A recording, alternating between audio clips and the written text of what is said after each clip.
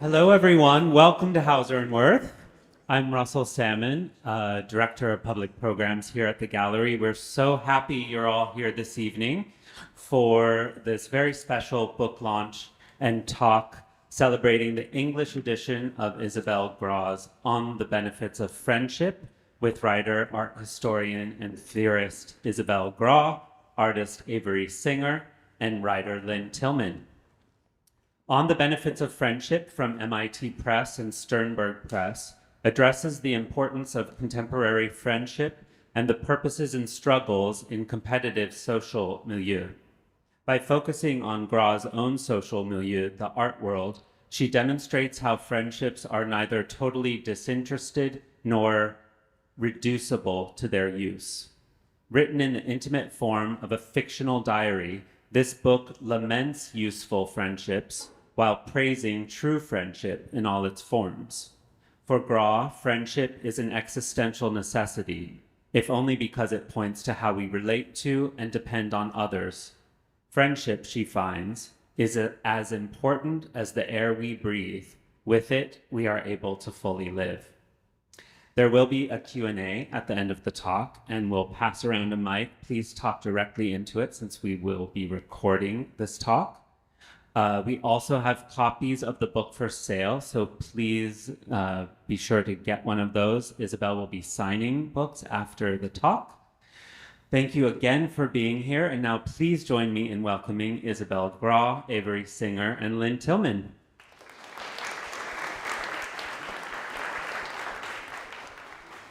Thank you, dear Russell, for this kind introduction.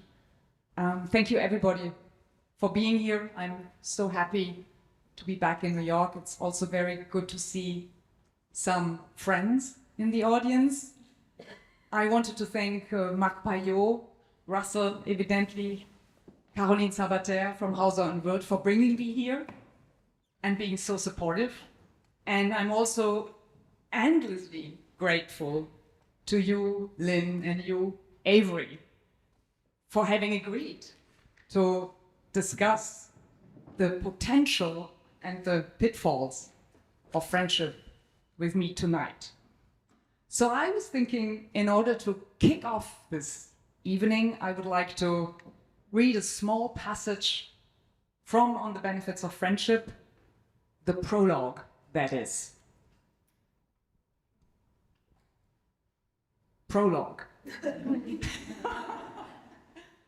I always want to say prologue. Sorry for my German accent, by the way. So the following is based on experience and fantasy alike. Adapted from personal encounters, the situations I describe have been condensed and reformed in a literary mold. And each figure is a stylized composite of real-life acquaintances.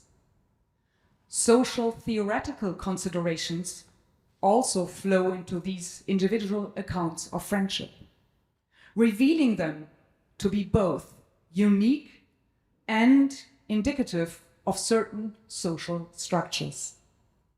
My observation that friendships are neither entirely free of self-interest nor dictated by it.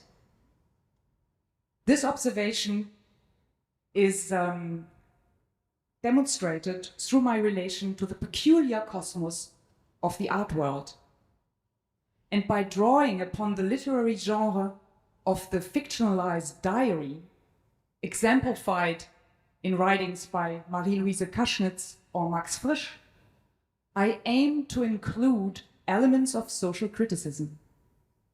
It is my intention throughout to raise both a lament to the pitfalls of useful friendships and a hymn to true friendships.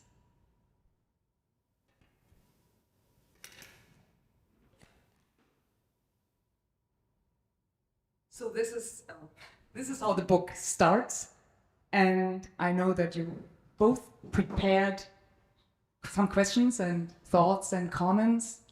Maybe Lynne, you want to start. First, I want to thank you for this work. I think friendship is extremely important, and I often think about the difference between an entity like friendship as compared with a friend, which is an individual. It's like a mother versus motherhood. They're talking about two different ideas. Unlike, and I wrote something out, this is a very complex subject, in fact, and the way in which Isabelle has written it doesn't deny any of that. There are many contradictions of which you self-write. You go, you think something has come to an end, and then it hasn't come to an end, and all of this is described very frankly.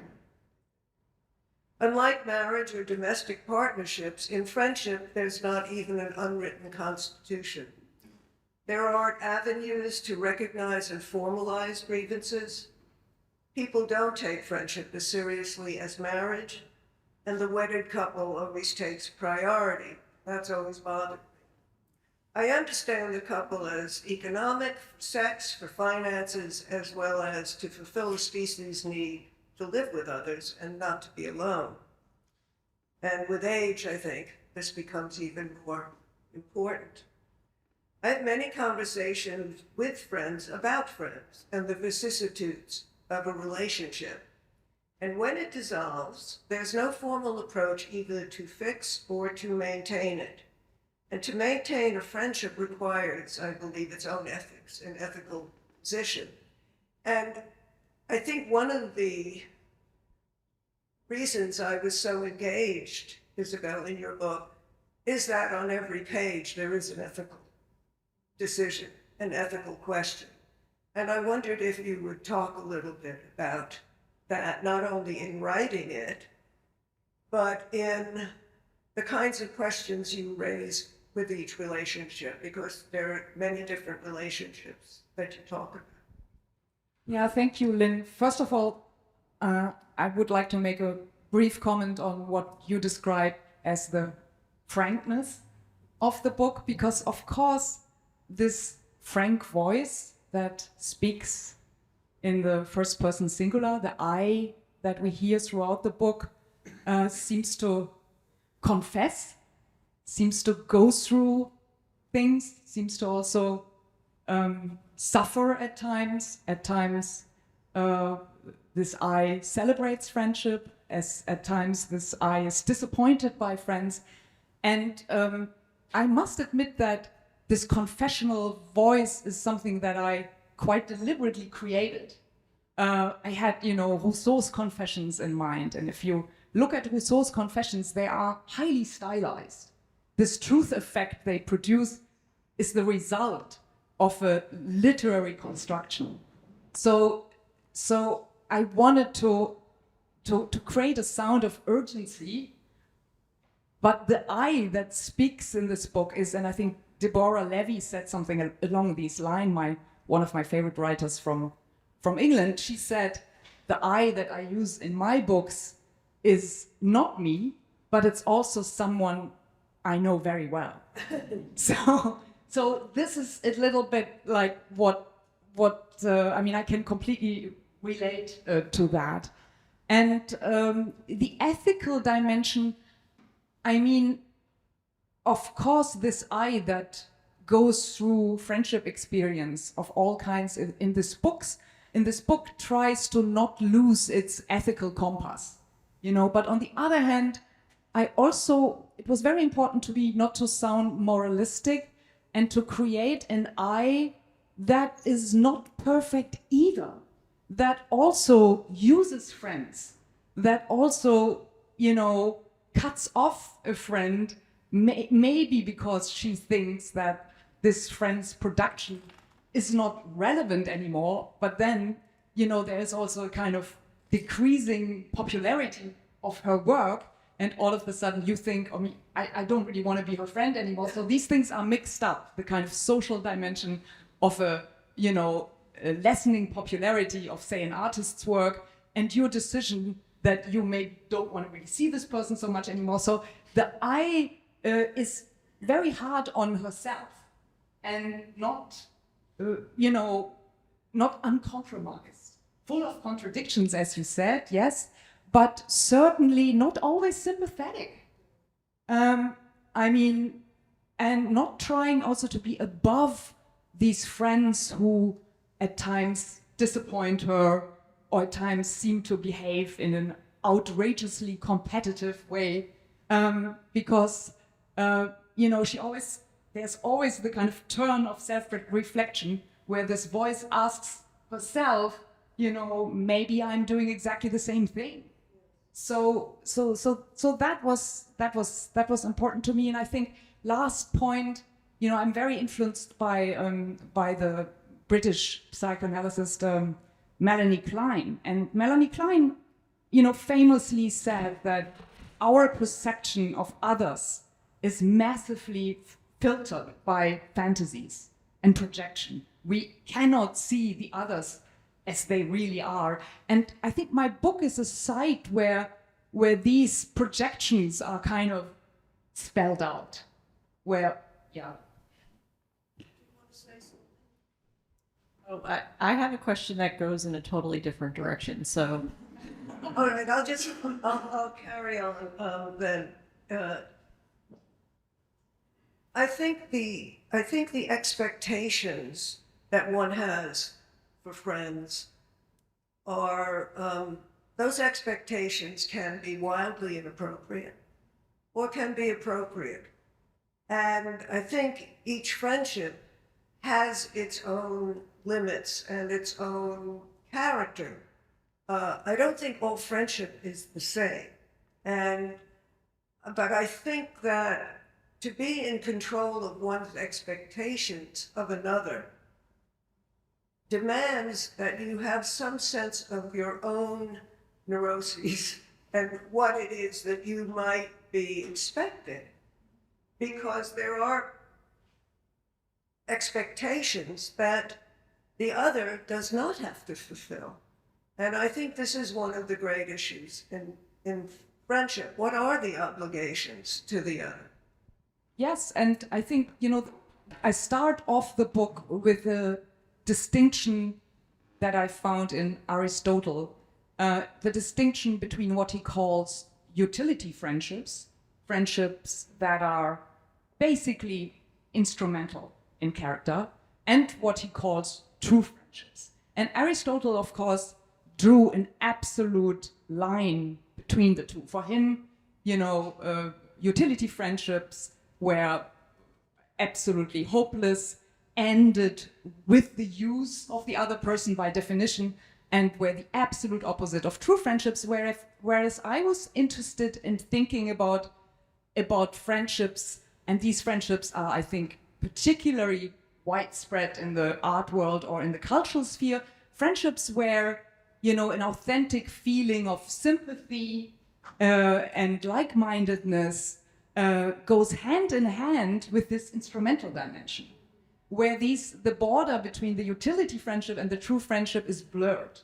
And I was interested in thinking about the difficulties that result from such friendships, the pain they can inflict, but also the attraction of them. So that's one kind of a leitmotif that runs through the book. And when it comes to not expecting too much, as you called it, I think this is basically what the book kind of aims at toward the end. At the end, there is a whole passage where the narrator speaks about her diary as her best friend, because the diary is always there and always listens to anything she says. And it sounds a bit sad, right? But I think the diary can have such a function. But then the narrator also comes to the conclusion that it is necessary to kind of live with these deficiencies and these kind of the incompleteness and non-perfection of her friends. And of course, but in the book, there's also a whole part in the middle where this figure Peter gets introduced, where the narrator has to draw a line and has to end a friendship. because it inflicts too much pain and is too toxic. So there's in a way a lot going on. And a lot of, I also wanted to find a way of combining cultural critique, social analysis, and emotion. And these things are usually separated. Usually you do not find any acknowledgement of emotional states of mind in texts that produce social analysis. But I was interested in at least trying as an experiment to combine the two. Hey, sorry, Hey, Avery.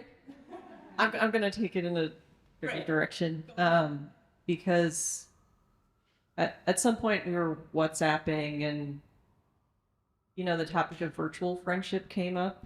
I don't know, I'm someone who's very engaged in virtual spaces, especially in my work. So as I went through the book, the most erosion in the friendships happens virtually, or at least like from my perception of like where the kind of the destruction, let's say, of the friendships is taking place. Like there's canceling, there's the friends that kind of don't come to your defense, there's the friend who privately comes to your defense and then she's canceled on like a separate occasion. So, and this is all kind of taking place during COVID, but COVID is not kind of like the primary crisis that you're facing in the book. Like what ends up happening, I think, is the kind of social isolation bred kind of a heightened, like there's just more people like talking online, and there's just an inherent aggressive nature with virtual speech. It's very hard to kind of receive an email and not kind of like read it as passive aggressive or aggressive. I don't know. So,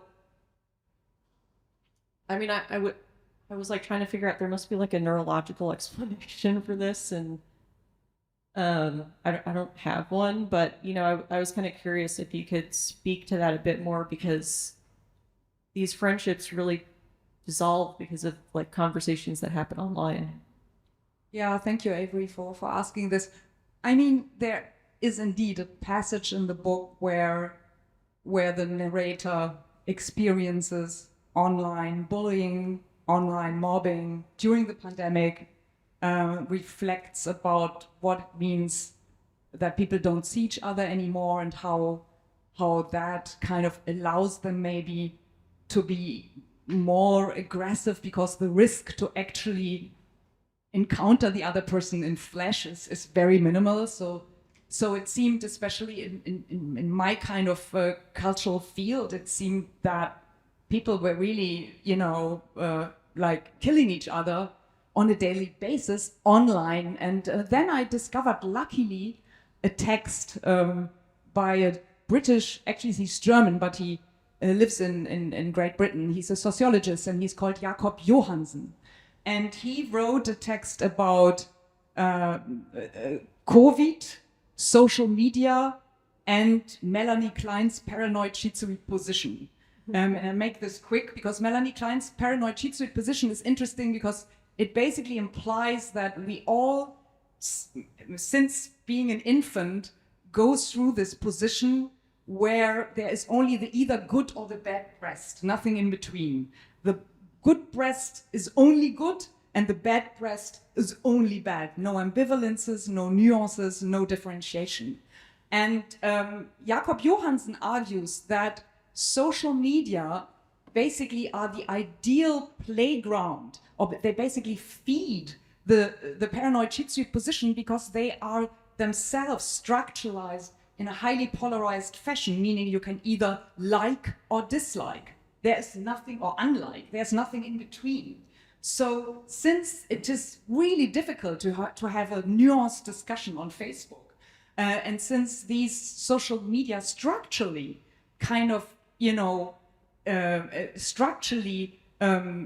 favor polarization, or they are structured in a way that is in itself polarized, So of course we shouldn't be surprised that this either-or friend-enemy mentality is so widespread there. And of course things are complicated because, social media also evidently have a kind of, or had a progressive potential. When you think of Me Too wouldn't have happened if it wouldn't have been possible for many women to use social media as a forum to actually call out the predators. So it is an alternative public sphere with no so-called gatekeepers or less gatekeepers. So we shouldn't forget about that attraction and potential of social media either. But there's a dark flip side to it. And for me, this dark flip side of social media, especially when it comes to my online friends, and of course online friends are, as we know, no friends in the traditional sense of the term, but I observed so many falling outs online and so many polarized groupings that I was very interested to understand that as something that has to do maybe with psychic life. And Jakob Johansen also argued that COVID set people under such inner pressure that they needed an outlet to kind of cope with this. And this is also what social media provided for. I think one thing the audience should know is that you wrote a book.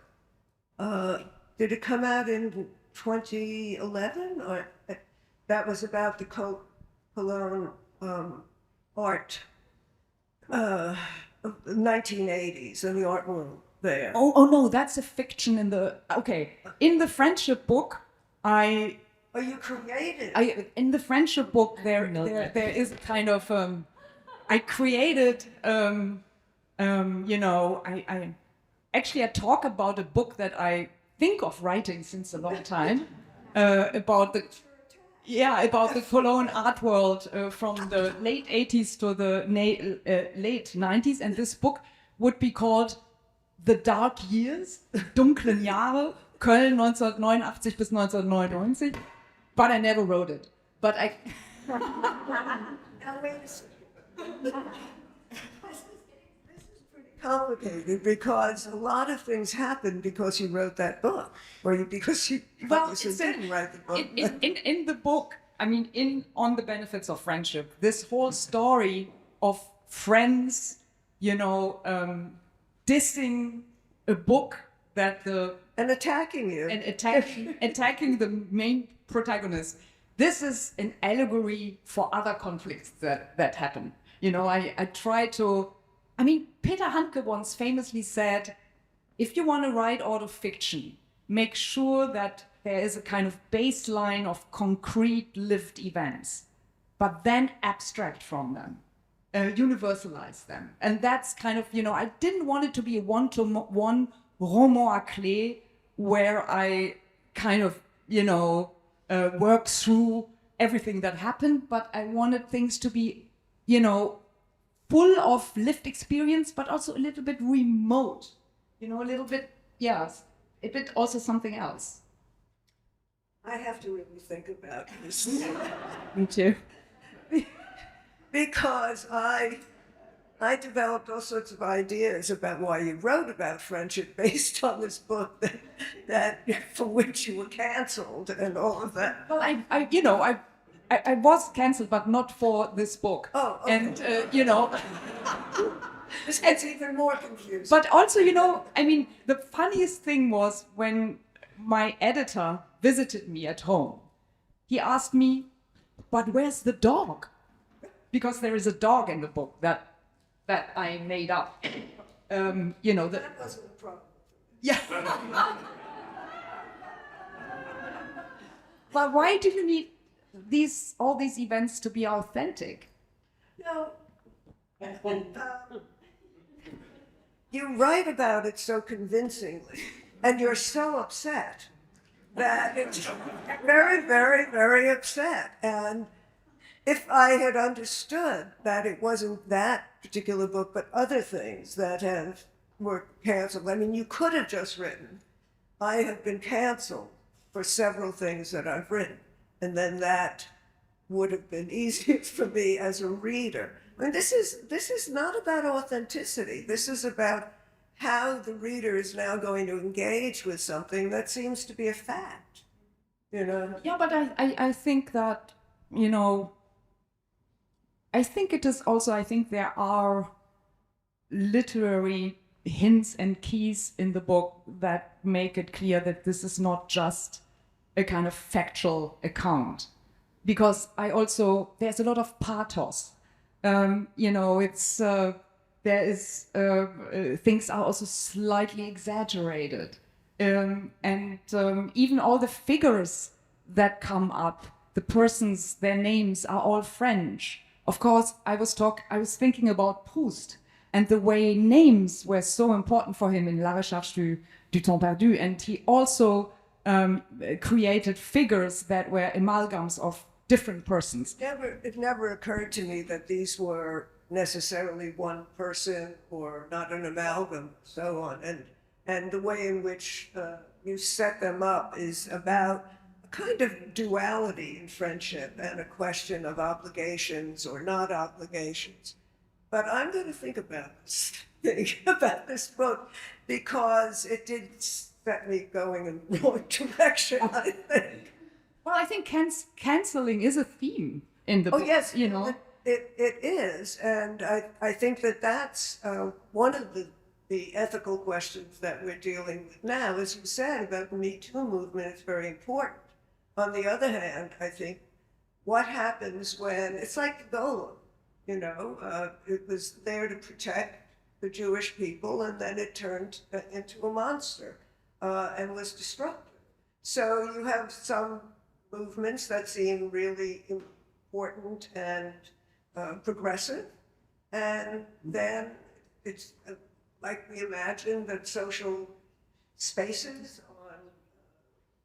on the web would be really productive in lots of ways, and then some turned out to be horrible. So it always seems to me that we can never trust that one thing is going to be really good all the time.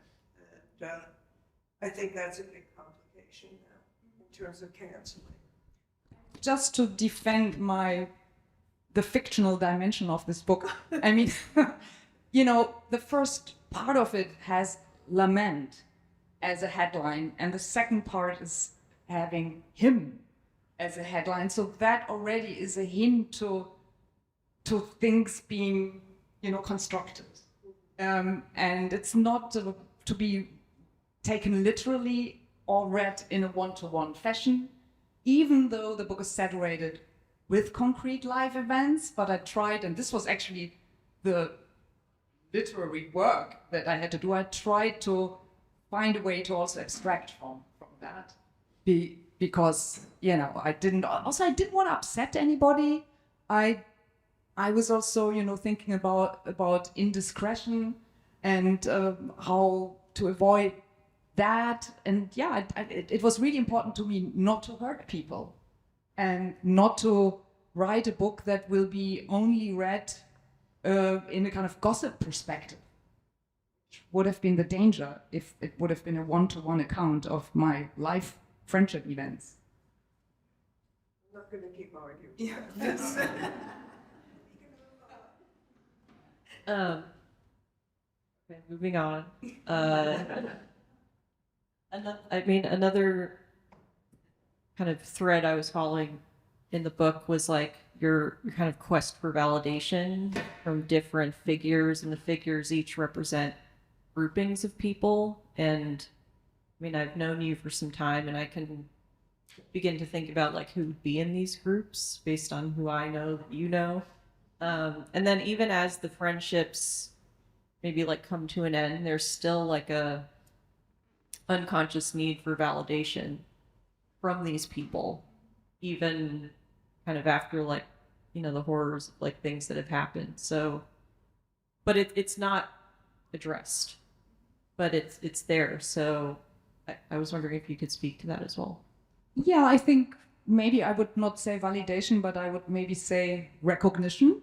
The desire of the protagonists to get recognized, to get recognition, even from relationships, even from people where the relationship is dysfunctional.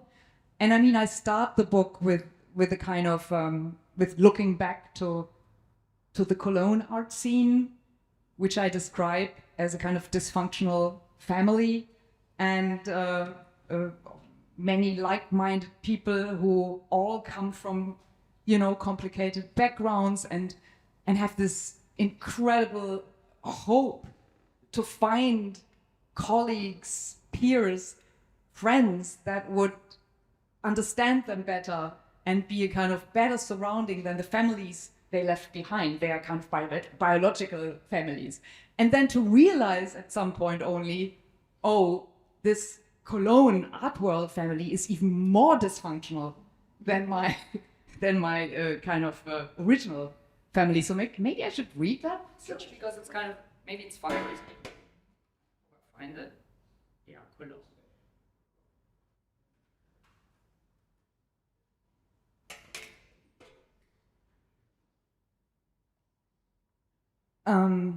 That I ended up living in Cologne in the late 1980s was due to the hopes I connected with its art scene and the friendships I might make within it.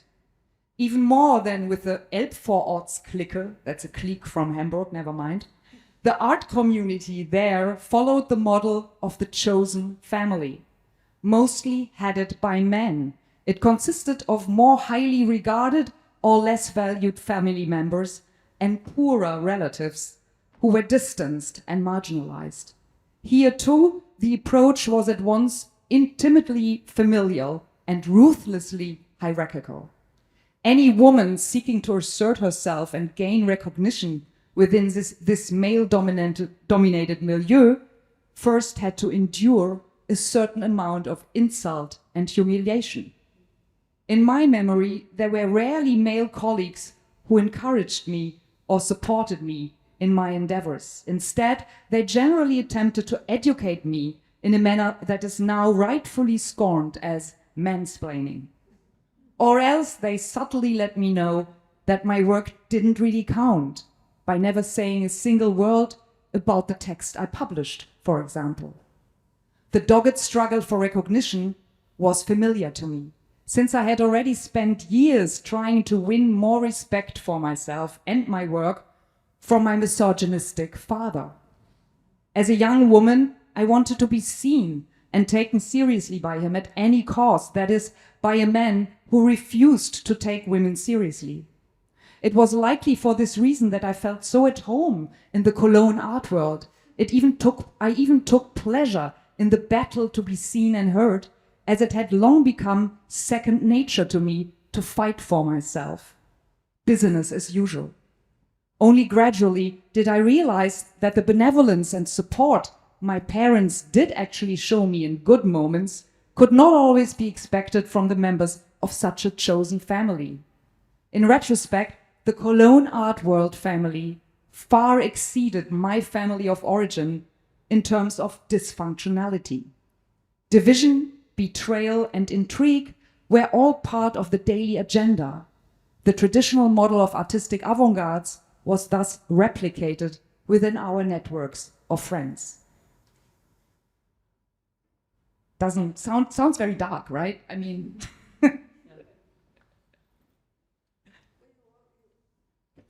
talk about the 80s as a particularly difficult time, and of very harsh judgments that you made yourself, and that others made. I also found it, I have to say, that the 1980s were, for me, a difficult time where I felt a lot of judgment about everything that was yes, happening. and it was, you know, in Germany, or the Bundesrepublik of the time, this was all, you know, pre-reunification.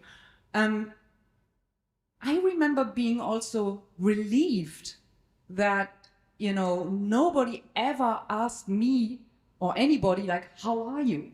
And this is something I talk about in the book. It was basically forbidden to ask, you know, wie geht's? Because that was considered hippie-esque and social democratic and uncool. So the thing to do was to immediately discuss important matters, contents we were all interested in, and to bring these things, further. So I was, as a young woman, I was very attracted to this type of exchanges because, first of all, I didn't have access to my psychic life. I didn't know how I was, no idea. And I wanted to, discuss the feuilleton, what was written in the newspapers, exhibitions, books, and have controversies about these things. This was the driving force of this particular art scene, and of course many art scenes before this one. So I wasn't aware at the time that also the aversion everybody had to notions such as home or the private sphere. The private sphere or homes were completely, avoided. We met in a bar, nobody went home. Kippenberger famously made a work called Bitte nicht nach Hause schicken, which is all about please don't send me home. And I didn't realize at the time that this aversion of the private sphere and of the home was actually a rejection of the female sphere. At the time, I didn't have an awareness also of the sexist implication of such an aversive relationship this whole scene had to home. But it's interesting to look at this from a current vantage point, and also to look at myself, after years of self-reflection, therapy, and so on. Of course, one sees things slightly differently, and but I also can understand why I was so attracted to this world, because something seemed to be at stake, and it seemed to be about a certain political agenda that couldn't really be found elsewhere, and I was very attracted by that. And also the artistic production that happened there was also something I felt very challenged by, because one couldn't explain it away immediately, so that was challenging. But it was a very harsh social environment, especially for women, and there were very few women anyway who took part in this. And I think we see the visual reaction to this, but it's not the famous photo of you in fatigues with the other women artists at the time in that scene. So maybe we can the one with the guns. The group with the guns. I can't remember what that piece is called. I can't either. It's a photograph. You're very well known by this photo. It's a very known. There's also a painting. There exists a painting based on that photo. Where are you looking at? We have a slideshow. It's just not playing. In the beginning, it kind of stopped.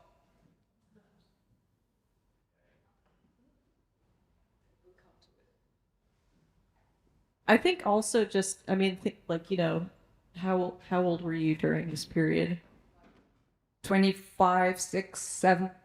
So I think, a part of it is this sort of danger and thrill seeking kind of experience that I think you're describing, but it's mixed into what I think you then kind of get into, which is the instrumentalization of the friendship professionally. And you're kind of seeing these come together in that particular environment. And it doesn't quite get repeated later. Unless you kind of think about how, does the canceling relate to that kind of risk to yourself as a professional? The kind of dangers you faced in your 20s, working in Cologne. I don't know if there's any kind of way that you would find it comparable. Yeah, when it comes to canceling, I always and this is also something discussed in the book, this is it, yes. This is the women artist plus me of that scene posing as guerrilla fighters. The good, the bad, and the ugly. Yeah. And we were all very surprised by the notoriousness of this image. It was a total kind of side product of a random afternoon in the garden, and it became this legendary picture, which we were very surprised by and also a bit tired of. I mean, it's a bit tiring. Also, this whole Cologne thing is also, of course, there's so much retroactive projection going on when it comes to the Cologne art scene. Yeah, but canceling, I mean, you know, I have been very thankful to the YouTuber Natalie Wynn and her incredible YouTube format on canceling, because she first of all reminds us how canceling, you know, originally had a progressive function and allowed, you know, allowed discriminated people to target male predators, you know, like Weinstein or whatever, so that canceling is not something that should totally be dismissed. But then she analyzes the kind of mechanism of canceling and how canceling kind of implies to abstract from the ethically questionable thing someone did or said, and instead turn the person who did or said that into a bad person. So basically she says canceling implies replacing critique by canceling. And I thought that was a very good point, because of course I'm totally for critique in that sense and against canceling. Although I acknowledge that in certain cases canceling is an important weapon. I wanted to go back to friendship, and how you don't know the other person when you become friends, when you make a new friend. You don't know where the friendship is going to go. Again, there are no rules. And I think that as we learn about each other, I mean, you have in your book this idea of friendship without an agenda. And one can begin a friendship without any agenda at all, just because you find somebody interesting or you've had a good conversation.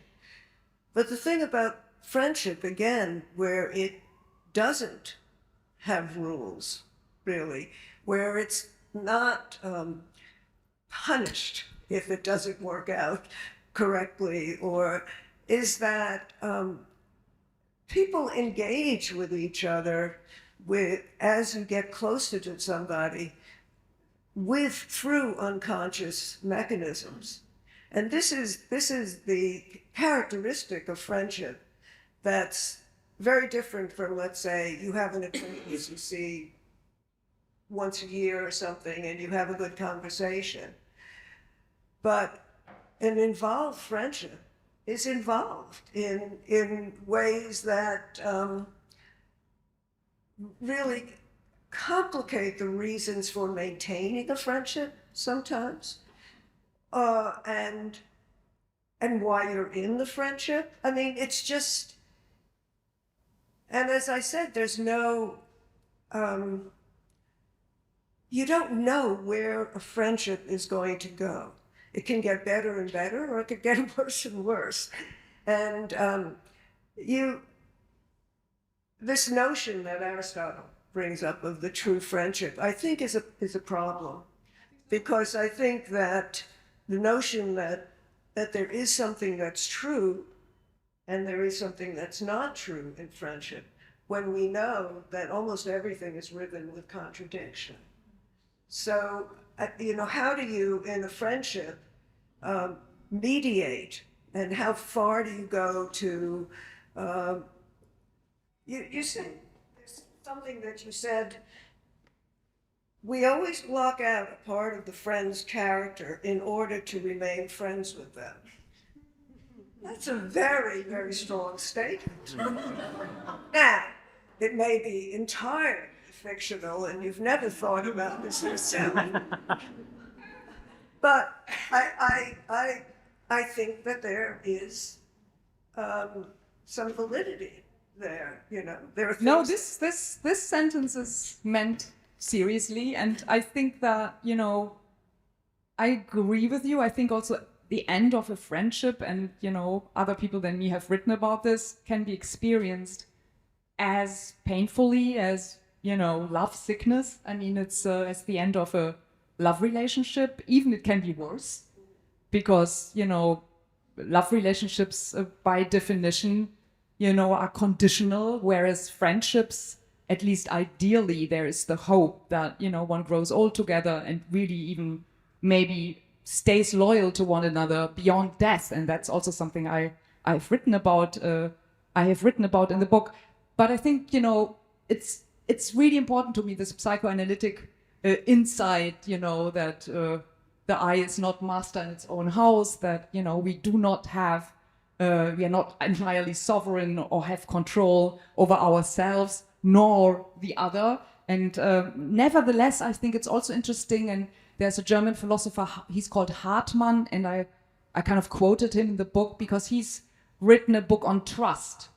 And that's, of course, a category that is also important in relation to friendship, because friendship evidently presupposes trust. And he is interested in, the kind of building conditions of trust. And he said at some point, and I thought that was interesting, that in order for trust to be built, it can be very helpful if the people involved belong to the same institutional milieu, because then it's easier to kind of, get a sense of who the other is. But what this, of course, means, and Hartmann does not talk about that, is exclusion. Friendship also implies exclusion. And this is something where Derrida comes in. Sorry to throw all these, but, Derrida, and I deal with Derrida's friendship book, of course, as well in my book. Derrida's deconstructive approach to friendship is really interesting, because he says basically, friendship is based on misrecognition. Based on misrecognition and misunderstanding.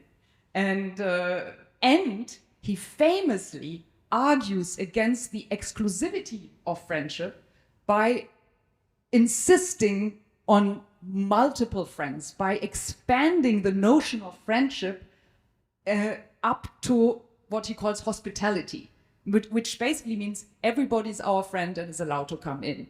And of course, I'm discussing this in the book, and I'm on the one hand kind of liking Derrida's proposition because it questions the exclusivity and exclusionist character of friendship. On the other hand, it reads differently in times where everybody's our friend. In the art world, everybody kind of interacts as friends. Online, everybody interacts as friends. And this relativizes, of course, the specificity of friendship. So maybe there's a reason to defend friendship as something rare and unique in times of Facebook friendships that are so devoid of meaning, against Derrida. But then you set up a binary so that a Facebook friendship represents this, and a true friendship represents something else. And you're stuck, I think, with the problem of essentializing both in some sense. Yeah, no, I think I just want to make a distinction. I think we would all agree that our Facebook friends, or the people who like our posts on Instagram, I mean, they are not our friends. In the old, I mean, they're my they're friends. people we hardly know. I mean, sorry? My friends. You don't even know who they are? I do. I talk to them all the time. I don't know who mine are. I have illustrative Facebook and Instagram friends. Okay, tell us about that. I mean, I don't know, it's from age, 8 going on to AOL and becoming friends with people in chat rooms. Like, I feel like I've been doing it my whole life. I feel deeply connected to people virtually. Yeah, we talked about that. And then didn't we talk about how the friend who remains virtual is ideal because you can endlessly project and you don't have to deal with his or her presence. Yeah. Annoying presence. Yeah, the virtual friend is like Melanie Klein's test subject. But like a virtual friend also is in letters. I mean, I had many, before, this possibility, I had many friends that I wrote letters with back and forth. And one time, finally, I met this person with whom I'd had a great correspondence, and I disliked him so much. It was everything that was interesting about his writing, because he was a poet, was not in his person. Yeah, I mean, this is why these rarely move into the, I don't know, physical world of friendship, virtual I mean, friendship. my ideal letter friendship is the one between Hannah Arendt and Mary McCarthy, and I talk about that in the book because it's actually quite touching, because they were not rivals. They operated in different fields. Mary McCarthy was a writer, Hannah Arendt a philosopher. But not only did they support each other in all their crises in their private lives, no, if one of them was attacked, say Hannah Arendt was attacked for her Eichmann book, Mary McCarthy was the first to publicly defend her. And vice versa, when Mary McCarthy was really criticized horribly by Norman Mailer for her book The Group, Hannah Arendt immediately wrote a text in defense of her. And when I read these letters, I was wondering, what about now? Who of my friends would jump up and write a defense of my book if it gets dissed somewhere? And then I did it. Write that book that you have. Yeah, right. And you will be the first to do it. Yes, I'll defend it. No, but the interesting thing was then I made a little kind of survey among my academic friends, and I asked them, do you expect your academic friends to write a text in defense of your work if it gets trashed? And they all said, I would never expect that. I would be happy about a phone call. So things have changed since Hannah Arendt and Mary McCarthy, and in the book, the protagonist or narrator thinks about why that is. Why does it have to do with this kind of highly competitive economy in which we live, where our friends and cooperators are always also our rivals? Why is it so different than in Mary McCarthy's and Hannah Arendt's time? Or are they just also maybe a complete, exception of the rule? So all these things I've thought about in the book. And the narrator really longs for that connection. Yes. So going back to expectations, is this expectation? I mean, I wonder also about the different moment of culture for Mary McCarthy and Hannah Arendt. I read a lot of those letters also, and what they were involved in. I mean, the center of culture was very much in books and in writing, and there was, of course, interest in film and so on, but the New York intellectuals, let's say, they had a very close and heated and argumentative and supportive relationship. It was almost a movement in a way. And they were part of that, very much part of that. And I don't know that now where the Academy is, would have that same kind of feeling, or the way, or maybe just in general, the way we react to things, and the expectations would be the same, just generally. But is that your expectation? I mean, is that what you think should happen in a friendship? Well, it's a kind of,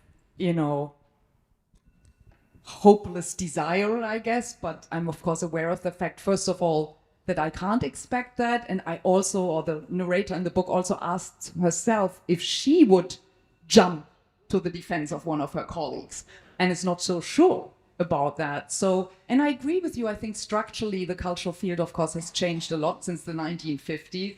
And we are dealing, at the time, you had clear-cut oppositions, a polarized field where you kind of knew where your enemy is and who is, partisan, and now we deal with a kind of global situation which cannot be described in such a clear-cut fashion. And also, there's another thing that happened due to the way capitalism operated, and especially the neoliberal economy operated. There's an individualization going on that forces everyone to be self-responsible. And it's very hard, and this is another theme in the book, to actually perform solidarity. I mean, everybody tries and everybody longs for it, but it's in an economy that constantly suggests, you have to take care your own of the situation and be self-responsible, and nobody's there to help you. A welfare state doesn't exist anymore. You're on your own in such a situation. I mean, of course, there have been a lot of attempts to kind of establish structures of solidarity. There has been a lot of interest in concepts such as care, and there's a whole chapter also in the book which is about taking care of a friend who's dying, friends organizing themselves as a kind of care group. So these things do exist, but there's also this other reality of highly isolated individuals who each fight for themselves. Lynne, I have a question. Were you asking about generational movements, like the New York intellectuals? So was your question like, can that still occur? Or? It was more about thinking of that period from the 30s on, where there was just so much active discussion among a certain group. It wasn't a kind of, wasn't like a national argument, but there was groups of intellectuals who were very engaged with each other and with some of the same ideas, and I think it's very different. I agree. It's not to say there aren't engaged intellectuals and so on, but the dispersal and the global nature of what are the arguments? What do we need to discuss with each other? I think has spread so much, it's so splintered. And also Mary McCarthy and Hannah Arendt were both exceptional women in their respective cultural field. And, they were not rivals, they didn't compete, but they were each more or less the only woman in a particular structure. And that, of course, made it necessary and maybe also easy to practice this kind of solidarity. McCarthy sadly announced that she was not a feminist, and that had a huge impact on her leadership. It's the same for Hannah Arendt. She wasn't a feminist either. But she had a lot of female friends. That's something interesting, by the way. It's not in the book, but I've thought about this a lot because Simone de Beauvoir, who evidently was a feminist, was very male identified, Sartre and so on. Whereas Hannah Arendt, who definitely did not identify as a feminist, had a lot of female friends who she supported. Curious, isn't it? Anyway, maybe it's time to read one more passage and then we could maybe open up. I read the last passage.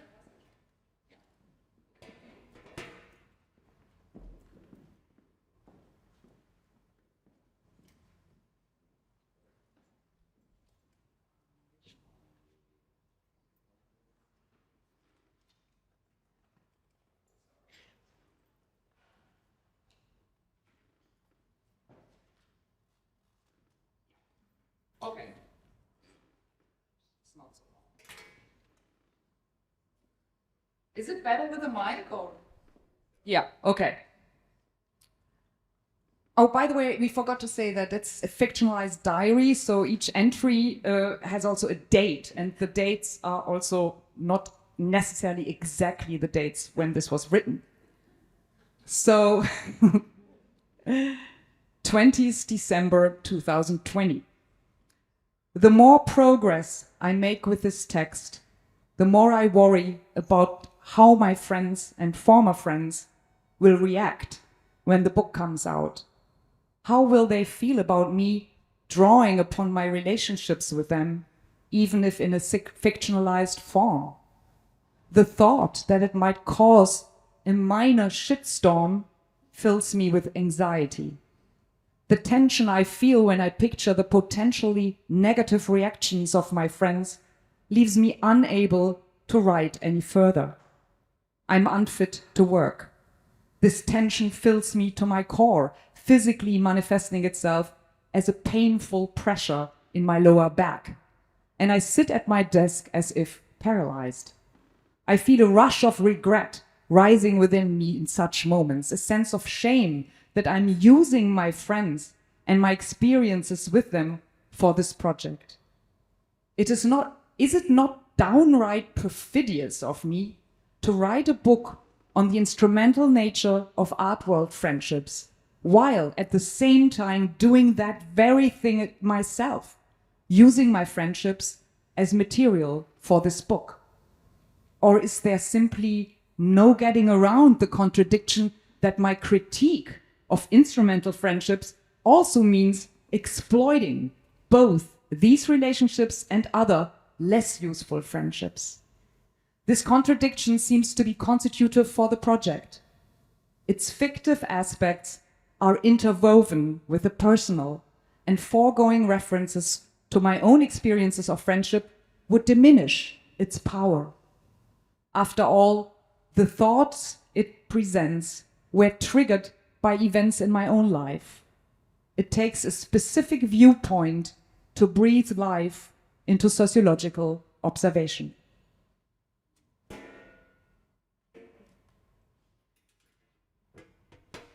Shall we open or do you want to add something?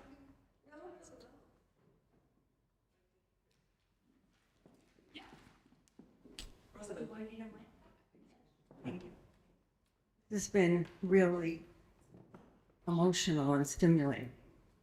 And I'm thinking a lot of, I haven't read the book yet.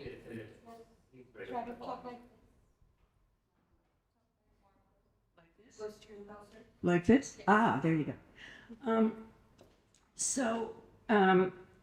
The issue you were grappling with about Derrida's notion of friendship and his expansion of that to into hospitality. I'm thinking that one thing that hasn't come up in the discussion is the enemy, right? Which the friend implies. And I think that's a lot of what the exclusivity is that somebody like Derrida is talking about in friendship. But when he's talking about hospitality, he's like, talking in a tradition that goes back at least to Kant. And I think he's not talking about friendship in the sense that you've all been talking about it, but rather as the friend as the not enemy. In other words, you're treating people with hospitality, you're treating them not as enemies, but that doesn't mean they're friends in the sense that, Isabelle, you're talking about it. And of course, the friend-enemy distinction, is so important in political theory, as you know. Yeah, I mean, I was mainly thinking about his politics of friendship. And, I think what annoys me about Derrida is, first of all, that he only thinks of friendship as friendship between men. Secondly, he only deals with male theoreticians. So that's something to kind of, it's a bit, because I read the book when it came out, and now for the friendship book, I reread it, and I was really like a little bit exhausted by this fixation of a, purely male universe. But I think what he really wants to do, the Carl Schmitt enemy thing is, of course, one subtext. But I thought what the main argument of the book is to work with this famous quote by Aristotle, where Aristotle said, "Oh friends, there are no friends." And this has always been interpreted as Aristotle mourning at the end of his life the absence of even one friend. And Derrida offers a different reading of this quote, saying, no, it's friends in plural. And it's about insisting on the plurality of friends, on the many of friends, friendships doesn't need to be exclusive. There can be many, many friends. And this is then how he comes from this kind of insistence on a plurality of friendship. From that, he comes to his hospitality concept. But the hospitality concept is the next book. I think the friendship book, in my way of reading Derrida, prepares the ground for the hospitality concept. And and I was, on the one hand, intrigued by this because I remember years ago, I wrote a text about Immendorf and Penck. It was a commission by their dealer. And, their dealer wanted me to write this text of, like basically saying Immendorf and Penck, like-minded souls, albeit Penck came from the east and Immendorf from the west. They found each other, they were thinking alike. And then I was studying, Immendorf, early Penck, and I realized they completely misunderstood each other. They had no kind of understanding for each other. It was a relationship based on misrecognition and misunderstanding, exactly in the way Derrida describes it. So Derrida was very useful for me to understand, this friendship of some artists. I mean, I guess that one could argue something similar for Gauguin and Van Gogh, if one wanted. So I used it in that way years ago, and then I reread it and was more interested in this plurality aspect. Hi, Isabelle. So I was wondering, thank you all for today. I was wondering if becoming a parent shifted your disposition towards friendship itself, not your friends individually, but friendship itself and its role in your life, and the whole, conditional, unconditional question. And if so, were there particular texts that helped you to navigate new questions that might have arisen in your life in response to that, if any? Thanks, Jacqueline.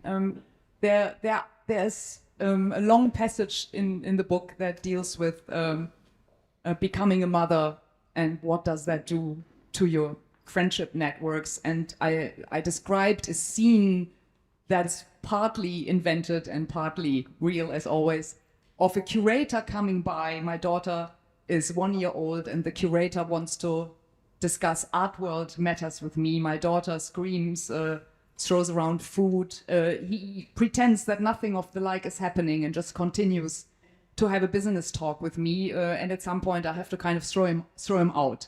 So this kind of total lack of understanding that there is this person in my life who I love unconditionally and who I will, take care of. And that also means I will be going out less. I mean, of course, there were some friends who could not understand that I did not appear at any event anymore. Some were very nice about it and phoned me afterwards to keep me posted about what happened, but others had a hard time. There was also, jealousy at times. Some friends really feeling, having problems with, me having less time.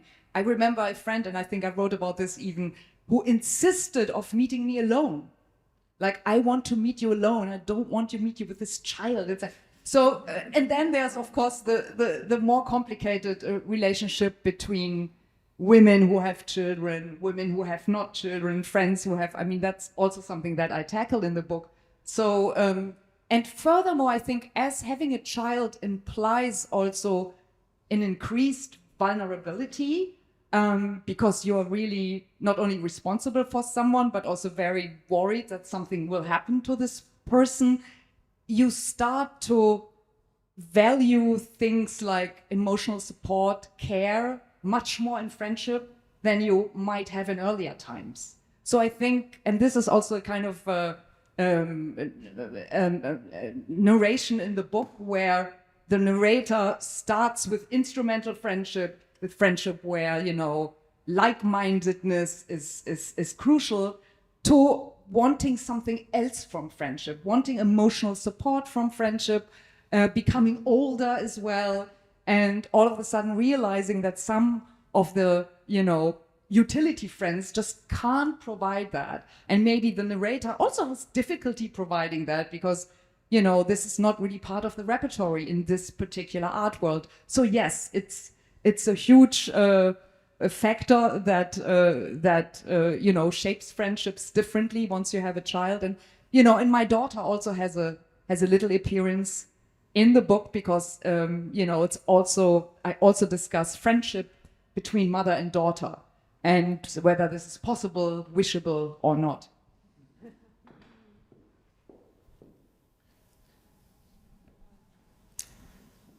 All of this basically makes me think Aristotle was right, that the divide between the utility friend and the true friend just takes care of a lot of anxiety around friendship. And it's the same with the Kleinian notion, that if we can set up these categorical situations in which we very clearly understand who is what, we can avoid or absorb the expectations, the projections. So I think that he's on to something in that, and the same with social media. It's like I think the categorical fiction of these aren't my real friends, then they become my real friends. There's still a sort of utilitarian aspect to it, which seems very relieving. And the other thing I was wondering about is also the role of fiction in this, because fiction is often about, if you're a fiction writer, utilizing your friends. However true and dear they may be, they're utilized, they're fodder, as is probably all art. But so I think that going back to the Aristotelian divide actually could be maybe a more ethical position. It's interesting because what you said at the end about, utilizing friends in fiction, I was very interested when writing this fictional diary in Max Frisch, who basically in the German literature world invented the diary as a new genre that also allows for cultural critique. And his diaries are incredibly interesting, and also one of his last books, Montauk, is interesting. And there's a moment in Montauk which is very telling, where Frisch, or the narrator, says, "Oh, my ex-wife sent me a note that she refuses to be functioning as material in this book." And then he goes on using her. So he even uses her interdiction and then shows her that he, as a writer, has the upper hand. So that is, of course, on the one hand, there's a truth there, because, that's what literature is, but it also is incredibly ruthless.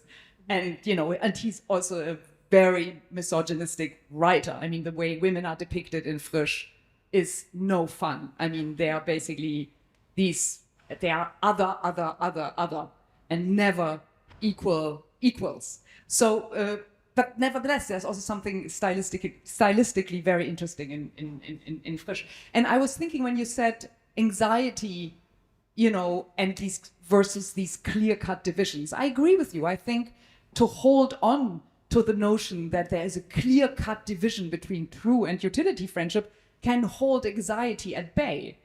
But the reality is that the borders are fluid, that you cannot draw these lines. And that is scary indeed, and complicated, and potentially painful. But this is maybe what I wanted to tackle, realizing that you cannot build these clear-cut distinctions and categories. It's an illusion when it comes to friendship. I took the mic, so I'm going to ask. I think we could jump off the previous question and your answer, thinking about the ethics of friendship, if we introduce the word community. And I was curious about it because there seems to be this enormous amount of pressure to declare a friend, and then beyond that to declare if they're functional or non-functional or true or false. And as someone who's in the queer community, I feel like my friends and I, there's no distinction between whether we're friends or family. So I'm curious about the borders of family, friends, and then community as a space where, most of the lesbians in my community, we hate each other, but we're all there. And like there's something that is really stressful but also amazing about it, because it's like, yeah, we're stuck. And so yeah, I'm kind of just curious about the borders. Yeah, I think, family, community, friends. I mean, I think these terms play a central role in the book, and I think I'm too much of a Kleinian to be able to downplay aggression in these kind of groups, and I think that the Kleinian angle, it's and I've been also very critical about the way collectivity has been celebrated, say in the last Documenta and elsewhere, as this kind of heaven, because I think to believe in it as a kind of utopian, to really believe in collectives as this kind of utopia is completely disregarding everything we know from psychoanalysis, from people like Bion or Winnicott, which have looked at groups as sites of exclusion, hierarchy, and conflict. So I'm not saying that it can't be nice to be, part of a community, but there is always, also something else going on. And I'm interested in, giving justice to that. And I think that to kind of embrace this kind of more idealistic view on communities, collectives, and so on, tends to be regressive, and because downplaying the actual, psychic interactions that we are dealing with in such formations.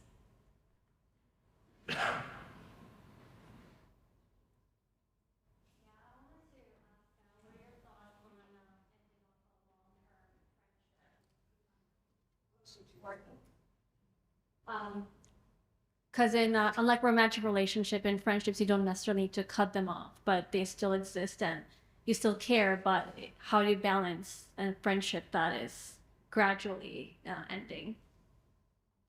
Yeah, the book is not really a how-to book. I mean, I don't know. I mean, the narrator experiences the end of a long friendship, and has a very hard time coming to terms with it, and realizes that the end of this friendship is as painful, as if not more painful, than the end of a love relationship. So I think there is no recipe, and there is, but what's interesting is that friendships, I think that why is friendship so overdetermined and overcharged with idealist notions? I think the reason is that since, say, the studies of Eva Illouz, or since Tinder, we all have demystified romantic love. Romantic love has been demystified through and through. And for those of you who want to do that, I really recommend Eva Illouz's book on the economy of the romantic, and all her other books on, on online dating and so on and so forth. There is no way to project these kind of idealistic expectations into romantic love anymore. And I think friendship has kind of taken the place of love, and still waits to be kind of demystified. And I guess that what I wanted to do with this book is to partly demystify friendship, which also, interestingly enough, shocked many of my male friends.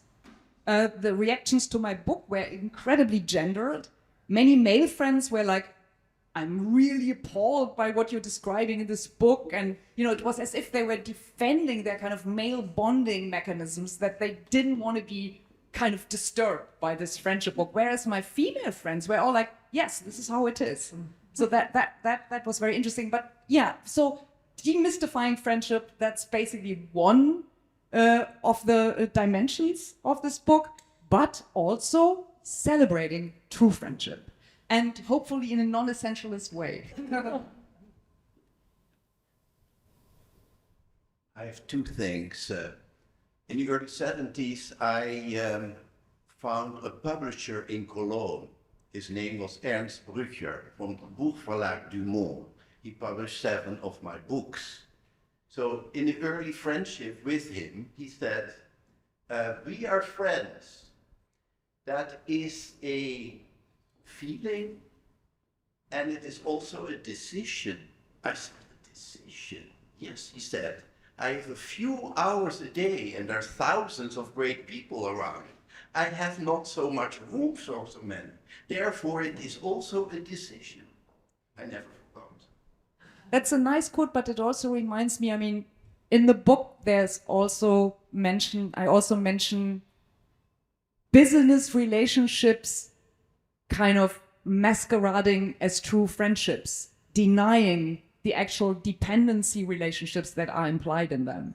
Yeah, but I lived the rest of my life in the art world, and there is nothing else than that. So I agree. And it goes very intimate. So the interdependence is also very intimate in the art world. And I have a big experience on the internet. So I have 2,000 Facebook friends. Congrats. And they are not direct. They go in a triangle because I am a reposter of pictures, and I shoot thousands of pictures of a certain kind, and friends come out of the woods of these pictures. We are like-minded, looking at the same picture. So it's a technique of seduction in a way through pictures.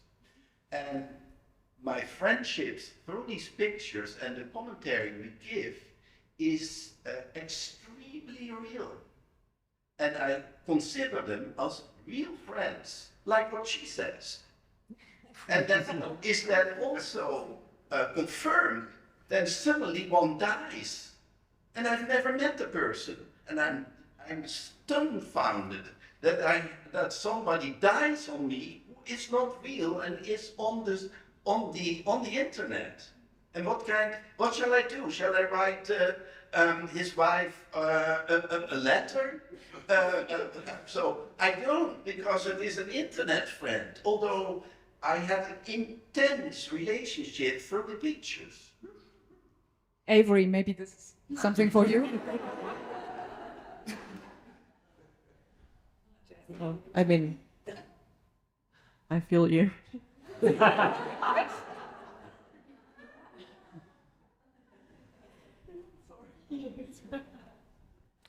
think that's great. Thank you. Thank you so much.